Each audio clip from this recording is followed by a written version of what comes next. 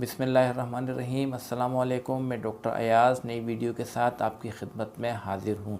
आज हमारी वीडियो का टॉपिक चिकनगुनिया है। आजकल चिकनगुनिया से बहुत से अफराद मुतासर हो रहे हैं और चिकनगुनिया भी डेंगू और मलेरिया की तरह मच्छर के काटने से होता है। एडीज इजिप्टी और एडीज एल्बोपेक्टस ऐसे मच्छर हैं जिनके काटने से चिकनगुनिया का वायरस इंसानी जिस्म में मुंतकिल होता है। डेंगू भी एडीज इजिप्टी मच्छर के काटने से ही होता है। चिकनगुनिया की इब्तिदा अफ्रीका से हुई है। ये बुखार बाद में पाकिस्तानी, इंडियन सब कॉन्टिनेंट, मिडिल ईस्ट, अमेरिका और यूरोप तक में फैल गया है और बहुत से अफराद इस वायरस से मुतासर हो रहे हैं। अब हम आते हैं चिकनगुनिया की अलामात की तरफ कि हम चिकनगुनिया को किस तरह किसी मरीज़ में तशख़ीस कर सकते हैं। चिकनगुनिया का इंक्यूबेशन पीरियड यानी वो दौरानिया या वो ड्यूरेशन जब जरासीम या बैक्टीरिया हमारे जिस्म में दाखिल होता है और उसके बाद जो अलामात ज़ाहिर होती हैं उस दौरानिया को इंक्यूबेशन के पीरियड कहते हैं। चिकनगुनिया का इंक्यूबेशन पीरियड 1 से 12 दिन तक होता है, लेकिन ज़्यादातर मरीज़ों में मच्छर के काटने के 3 दिन के बाद मरीज़ को चिकनगुनिया की अलामात ज़ाहिर हो जाती हैं। चिकनगुनिया की अलामात फ़ौरी तौर पर नमूदार होती हैं, जिसमें सर का दर्द, तेज़ बुखार और इसके अलावा इंटेस्टाइनल कंप्लेन यानी कि पेट की अलामात जिसमें पेट का दर्द, डायरिया यानी मोशन और उल्टियाँ शामिल हैं। चिकनगुनिया की एक ख़ास अलामत या एक ख़ास फ़ीचर पट्ठों या अज़लात का दर्द और जोड़ों का दर्द शामिल है। चिकनगुनिया से मुतासर मरीज़ के एक वक्त में 10 या 10 से ज़्यादा जोड़ मुतासर हो सकते हैं। इनमें उंगलियों, हाथ और पैरों के छोटे जोड़ और इसके अलावा बड़े जोड़ मसलन कलाई, कोहनी, टखना और घुटना शामिल हैं। इसके अलावा रीढ़ की हड्डी और उसके जोड़ भी चिकनगुनिया से मुतासर होते हैं। चिकनगुनिया में आर्थ्रैल्जिया यानी जोड़ों का दर्द के साथ साथ आर्थराइटिस यानी जोड़ों में सूजन भी ज़ाहिर होती है। चिकनगुनिया के मरीज़ में स्पाइन यानी रीढ़ की हड्डी में दर्द की वजह से मरीज़ बाज़ औक़ात झुक के चलता है या जिसको हम स्टूपिंग पोजीशन कहते हैं। चिकनगुनिया में जोड़ों का दर्द और सूजन बाज़ औक़ात काफ़ी अरसे तक बरकरार रहती हैं। कुछ मरीज़ों में मसलन 30 से 50% मरीज़ों में बुखार ख़त्म होने के बाद 4 महीने तक जोड़ों में दर्द और सूजन बरकरार रहती है।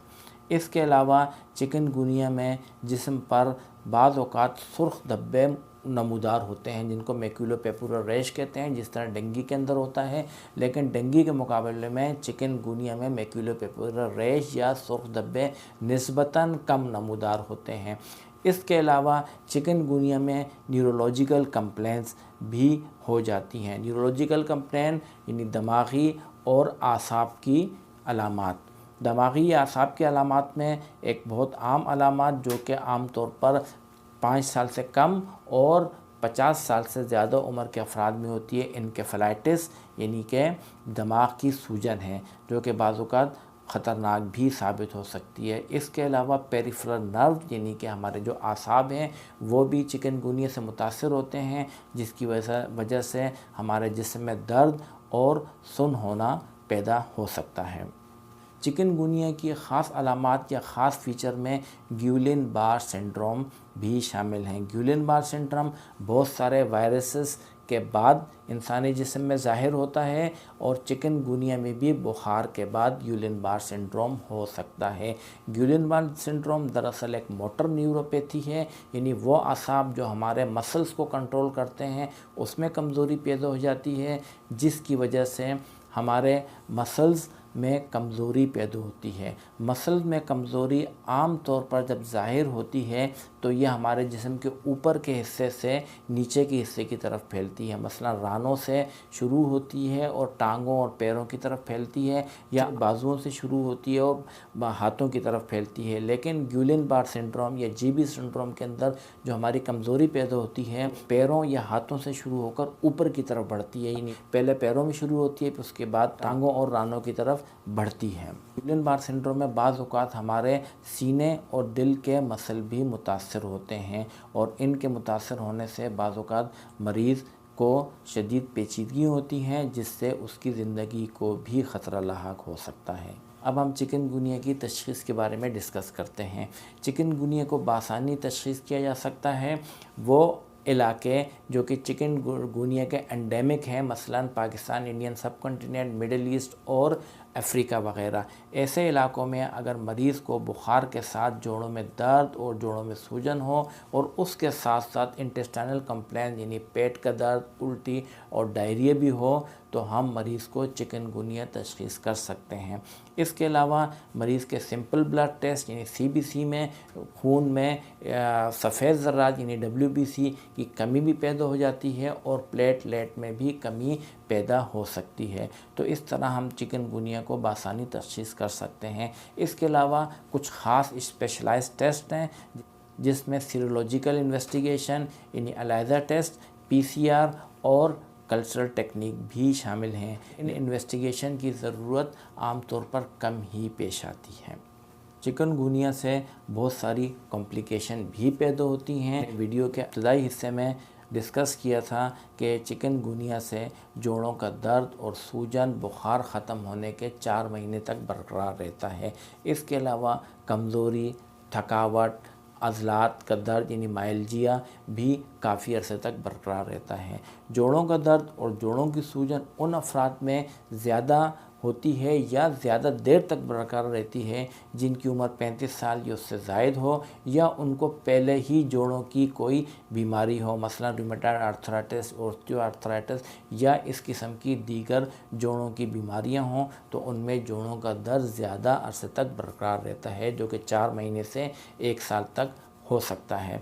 इसके अलावा वो मरीज़ जो कि शुगर, ब्लड प्रेशर और दिल के आर्ज़े में मुब्तला हैं, उनमें भी चिकनगुनिया की अलामात काफ़ी अरसे तक बरकरार रहती हैं, जिनमें जोड़ों का दर्द, जोड़ों में सूजन, अज़लात यानी मसल्स का दर्द और कमज़ोरी, एस्थीनिया वग़ैरह शामिल हैं। चिकनगुनिया की इलाज के लिए कोई ख़ास अद्वियात मौजूद नहीं हैं, सिर्फ सपोर्टिव ट्रीटमेंट्स हैं। हम चिकनगुनिया का इलाज करते हैं जिसमें दर्द कम करने की अद्वियात और पैरासीटामोल या बुखार कम करने की अद्वियात शामिल हैं। इसके अलावा जिन मरीज़ों में जोड़ों की अलामत बहुत शदीद हों यानी जोड़ों का दर्द या जोड़ों की सूजन ज़्यादा हो, तो बाज़ औक़ात उनको हम क्लोरोक्विन या मेथोट्रेक्सेट भी दे सकते हैं।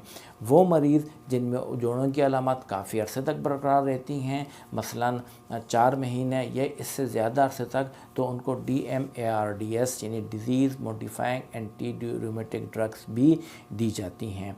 बचाव के लिए चिकनगुनिया की वही तदबीर इख्तियार की जाती हैं जो कि डेंगू या मलेरिया के बचाव के लिए की जाती हैं। चिकनगुनिया मच्छर से फैलता है, इस वजह से हमें फ्रेश वाटर बॉडीज़ यानी ताज़ा पानी के जमा होने को बचाना चाहिए ताकि इसमें मच्छर की अफजाइश ना हो सके। इसके अलावा मॉस्कीटो नेट और मॉस्कीटो रिपेलेंट का इस्तेमाल भी चिकनगुनिया से बचाव के लिए इंतहाई ज़रूरी है।